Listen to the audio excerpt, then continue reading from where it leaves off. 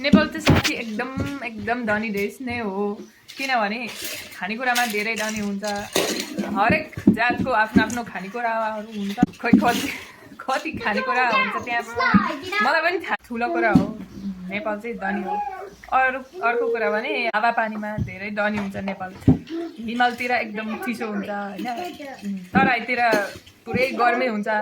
अनि हिमालतिर मजा हुन्छ अर्को हिमाल होइन पहाडतिर आनन्द हुन्छ होइन अनि फेरि पहाडतिर यतापट्टि चाहिँ गर्मी हुन्छ अर्कोपट्टि चाहिँ चिसो अनि के हुन्छ के भन्छ पानी धेरै हुन्छ होइन ह्युमिड हुन्छ अनि त्यसरी त अनि हरेक पहाडमा फेरि अर्कै हुन्छ त्यही भएर नेपाल चाहिँ हावापानीमा धेरै धनी हुन्छ अनि अर्को कुरा चाहिँ जङ्गली जनावरहरूमा धेरै धनी हुन्छ नेपाल पनि कति धेरै जनावर हुन्छ नेपालमा एकदम अनि त्यो ठुलो मात्रै होइन त्यो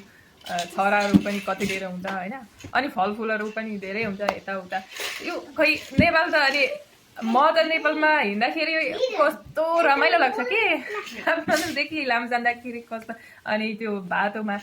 जाँदाखेरि कति राम्रो लाग्छ कि कति फरक के भ्यू चाहिँ